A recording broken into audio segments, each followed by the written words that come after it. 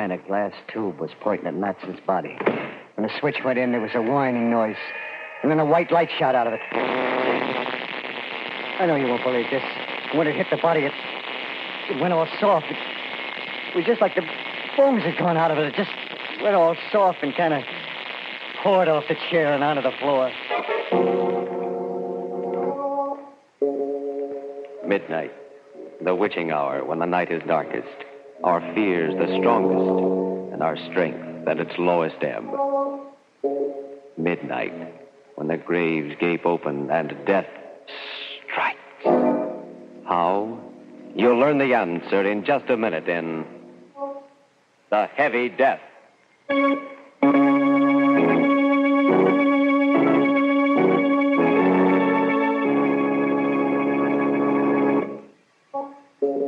And now, Murder at Midnight. Tales of mystery and terror by radio's Masters of the Macabre. Our story, written by Robert Newman, is a weird and fantastic nightmare called The Heavy Death.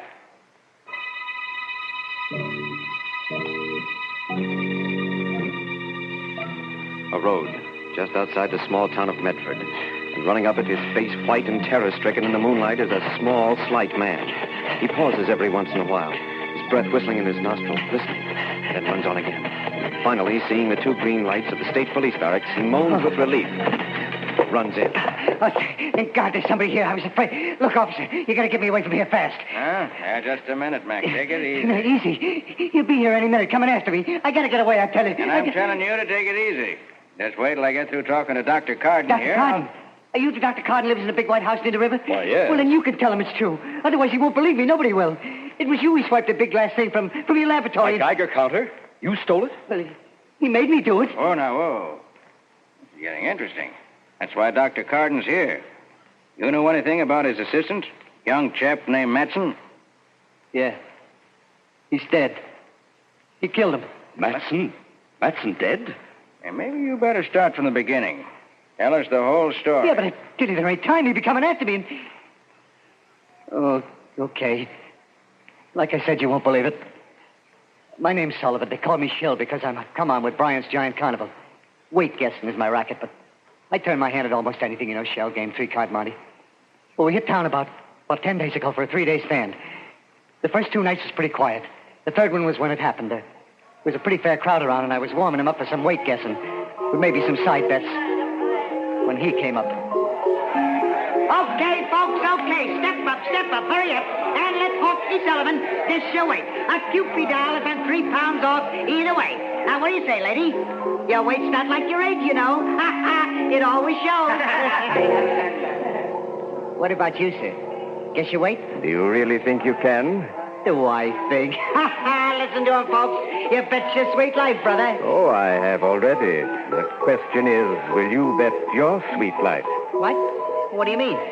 Look, do you want me to guess your weight or not, huh? On the terms I outlined, why, yes. I will be glad to have you try. Try, says he. Okay, folks, here we go. Now, let's see. A big man, a solid man. Hefty pair of arms on him. I say, 195 pounds. 195. And 3 pounds off either way, and you get a Cupid doll. Now, just sit right down here on the scale. There you are. Hey, what goes on here? You broke my scale. Yes, it only goes up to 350 pounds. 300. What do you got in your pockets? Would you like to look? Nah. No, I don't know how you did it, but more power to you, brother. When I lose, I pay with a smile. Well, here's your Cupid. Thank you. No, that's not what we bet. What? What do you mean? I think you know what I mean. The carnival closes in about an hour. I'll be waiting. He went walking off, slow and heavy. The crowd stood around for a couple of minutes, gaping at the broken scale and talking. Then they all decided it was some kind of a gag and went on and forgot about it. For me, I couldn't forget about it. Somehow I didn't think it was a gag. There was something about him, the way he moved, the way he talked, that scared the pants off me. I hung around for a while, getting my stuff together, and then I looked up Rube Thomas. Rube's a big guy. Used to be a wrestler, and he was just closing up his Wheel of Fortune. Hiya, Rube. How are they going? Not bad for a one-horse town. How's it you? Oh, not too bad. Well, some wise guy busted my scale. Huh? Busted your scale? Yeah. Well, Rube, that's why I come over. He was a queer duck. Just couldn't figure his pitch, but he said something about waiting for me when he closed up, so I thought... So you thought maybe you should have some protection walking down to the station. Yeah. That's a hot one. What is? You're on your side bets. Well, don't worry about it. Ain't no one gonna lay a finger on you when you're with Rube Thomas. I helped Rube take down the wheel. But even then, we were about the last to leave the fairgrounds. We went out through the main gate. It was pretty dark, but I wasn't worried anymore. I'd never yet seen anybody Rube couldn't handle. Then I heard footsteps. Slow and heavy ones. And then... There you are. I've been waiting for you. Yeah? No kidding? This the guy? Yeah. Okay, Bub. What's the pitch? What's your racket? Racket? There's no racket. Your friend and I had a bet. I've come to collect. Yeah? Well, I'll tell you a funny thing about carnivals. When we pull up stakes and get ready to go, all bets is off. I'm afraid this one can't be called off. You see, I need him. You need him? Yes. You bet your life, remember? And you lost. You mean you... Oh, you're nuts. People who have thought so, but I'm not. Shall we go? No, I ain't gonna. Rube! Take it easy, Shell. I told you all bets was off, mister. Now you're gonna blow him, I'm gonna have to get rough with you. I wouldn't if I were you. No? Well, then here's one just for luck. Oh, my hand. I warned you. Oh, I'll break your bloody neck up. Oh, yeah. I'm sorry. I didn't want to hurt you. You won't believe this. Like you probably won't believe what happened afterwards. He didn't swing or anything. He just kind of dropped his fist on Rube's head. And he smashed in his skull like it hit him with a lead pipe. Good Lord, you killed him. Yes. Shall we go? No, I... Look at me. Into my eyes. That's right. Now remember this. You're mine. Mine to do it exactly as I wish. And you do exactly what I wish. Do you understand? Yes, sir, yes. Good. Then let's go. Something happened. Happened to me then and there. Something I ain't over yet. It wasn't just that I was scared, more scared than I've ever been in my life. It was something else. When I looked into his eyes, it was like I just plain didn't count. That no one or nothing did. Then I just had to do whatever he wanted, whatever he said. We got in his car and drove to your place, Doc, and we stopped in front of it, and he pointed at a kind of low building behind it. That is Dr. Carden's laboratory. And he has something there I need. A Geiger counter. You're going in and get it for me. You mean swipe it? Yes. It would take too much time to make one of my own, and as I said, I need it. Now, it's a long glass tube, about this size, with filaments inside it. Yeah, but suppose somebody sees me. Suppose somebody comes... Carden's away in Washington with that childish atomic energy commission of theirs. There's only Matson, his assistant, and he must be sleeping. If he should try and stop you, well, you'll have to take care of him, but remember, I want that Geiger counter. Like I said, it was like I was numb. Didn't have a mind of my own. I did it. Found an open window. Went in and got what he wanted. Brought it out to him. He didn't say a word. He just put it in the back of the car and we drove away. It was about 11:45 when we got to his place. A big rambling house at the foot of a mountain. He took me around the back through a kind of iron door and... Well, it was like out of Buck Rogers, the 25th century. Big glass tubes, dynamos, wires. He must have noticed me staring because he said... Go ahead, look around. There's equipment here that doesn't exist anyplace else in the world. Yeah, but what's it all for? And if I told you, you'd be even more frightened than you are now. By the way, what's your name? Sullivan. Shel Sullivan. I'm Dr. Vance. Dr. Brian Vance. Doctor? Of nuclear physics.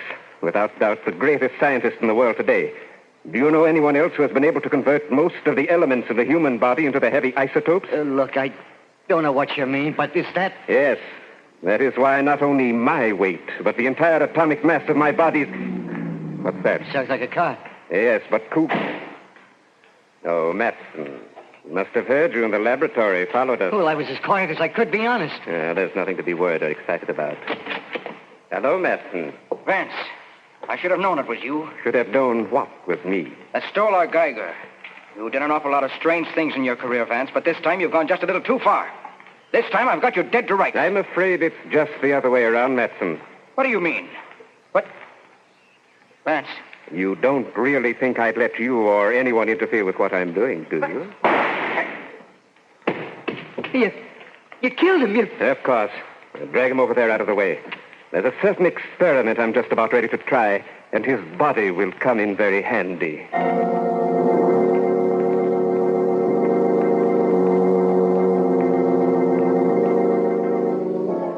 With Shil Sullivan staring at him in abject horror, Dr. Vance turns away from the body on the floor, lumbers over to one of his instruments, and begins examining it. And far away, in the town's church steeple, the clock strikes 12 for Murder at midnight.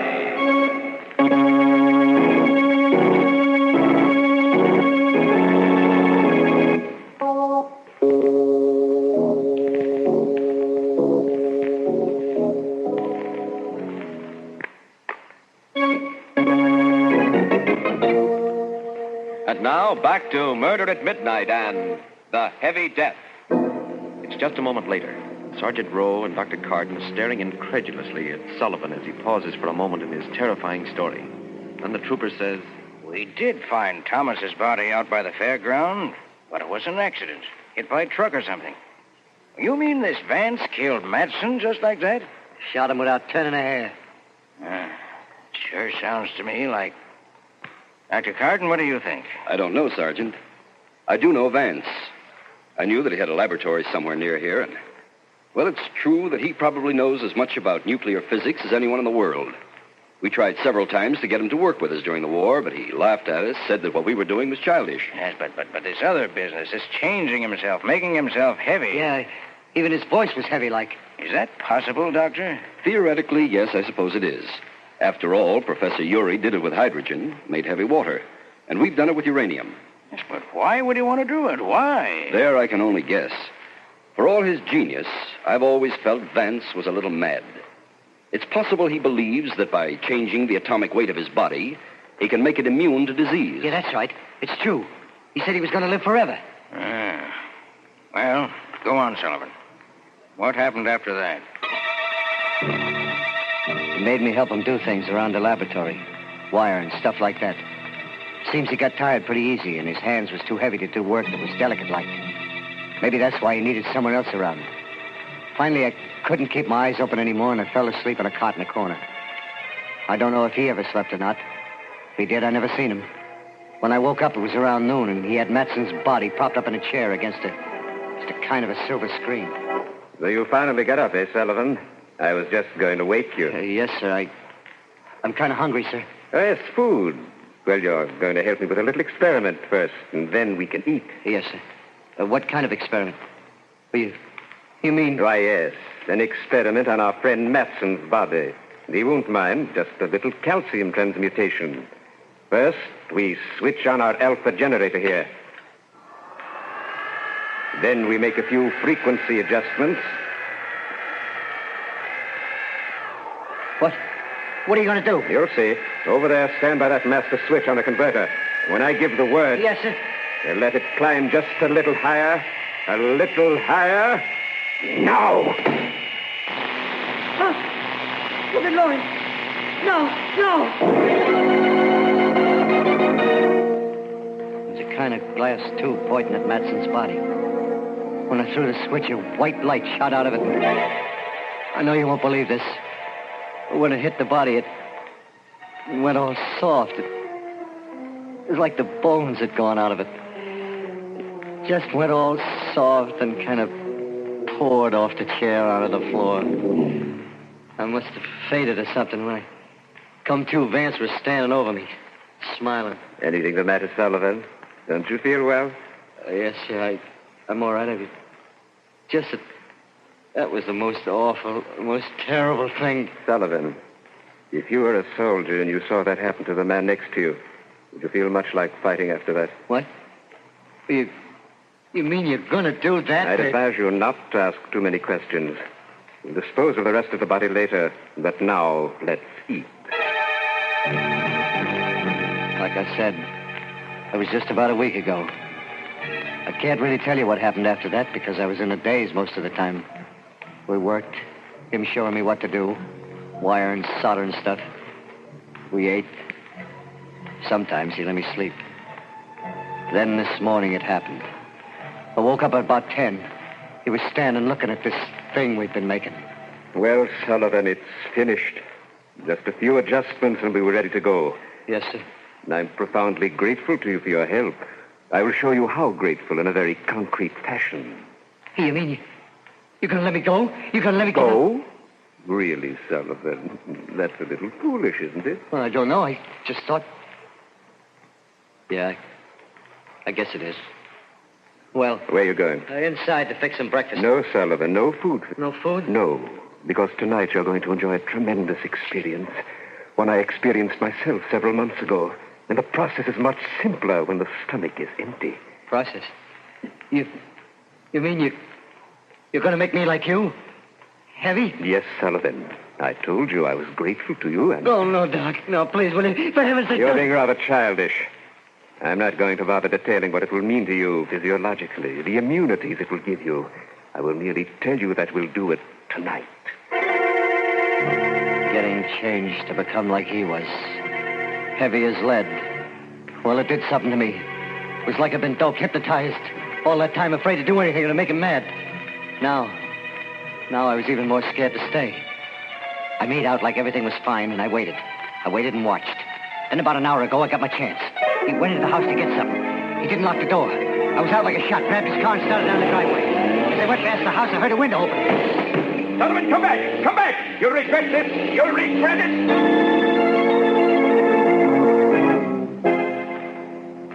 That's the story. I was so jittery, I went into a ditch just outside of town and had to run the rest of the way. I don't care whether you believe me or not, whether you think I'm nuts, what you do to me. I just want one thing. Get me away from here. Get me far away fast.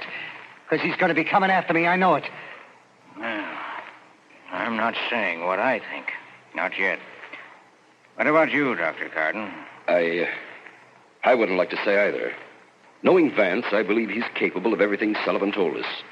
And theoretically, everything he described is possible. I told you, I don't care whether you believe me or not. Just get me away from here. I can't for an hour or so. Have to call Bridgeton, have them send down some men. Then we can really go into this. In the meantime, I'll put you in one of the detention cells. You'll be okay there. Are they strong? Really strong? Plenty strong enough to keep you in and anyone else out. Come on.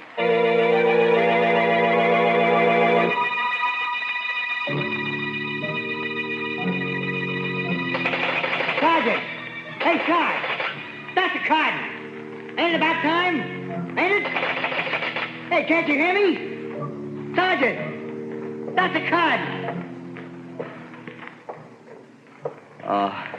Oh, gee, Sarge. I was starting to get a little worried. You. Yes, Sullivan. You didn't really think you were going to get away, did you? Oh. What are you going to do? You can't do anything. The cell door is locked. Is it? Let's see. Hey, you see, you can't break it down. You can't. It's steel. Yes, Sullivan. But steel can be smashed if it has to be. No. I told you you'd regret running away, didn't I? No. Look, I'll come back. I'll do anything you want. I'm afraid it's too late, Sullivan. No. Too late for anything but this. Dr. Carden. Huh? Did you hear it, too? I'm not sure, but it did sound like... This way, quick. Good Lord.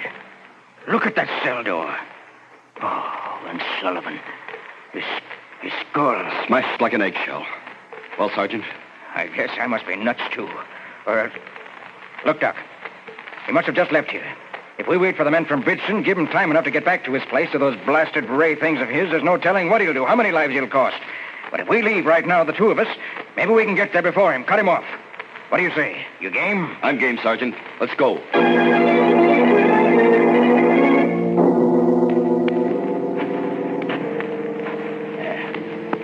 That must be it. Right ahead. The laboratory's probably around and back. Well, Sergeant, the lights are on. Yeah. Maybe he left them on when he came into town and got Sullivan. Or maybe... No, listen. He's back. We're too late. What in heaven's name is that? An electrostatic generator or a cyclotron. Oh, good Lord. Up the mountain there. Look. Great Scott. Looks like a hole or something. But it's moving. A neutron beam. Disintegrating. Eating its way into the mountain. He must have found some way of harnessing... Dr. Gordon, it's swinging its way. Must have seen us. Come on, run. No good, Sergeant. Seems to have a range of almost half a mile. But eating through solid rock that way. If it hits us...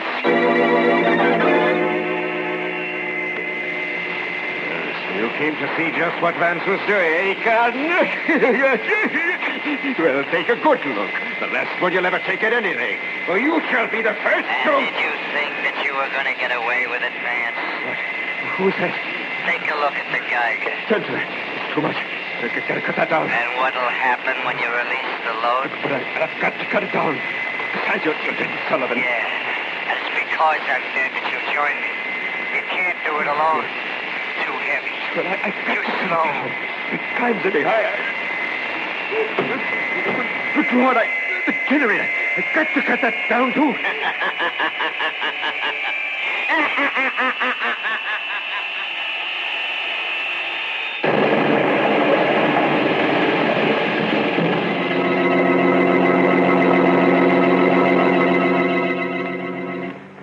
Dr. Gordon. Dr. Gordon, where are you? Over here, Sergeant. You all right? A little shaken up, but yes, I'm all right. Oh, the laboratory. A whole house. Look. Yes. What happened? Something got out of control. Too much centrifugal force, or the load released too suddenly, and the whole thing exploded. Now there are things that we'll never know. Except something we knew already. That science can either be man's servant or his master and his doom.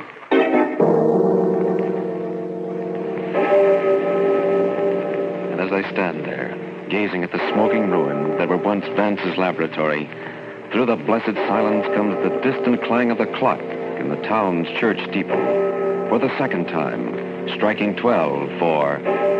Murder at midnight.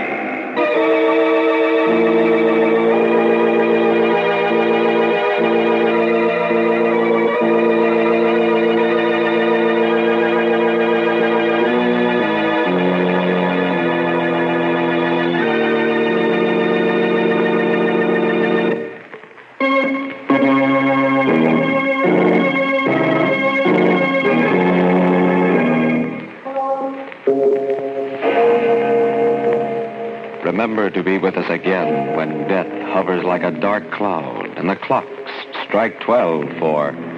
Murder at midnight.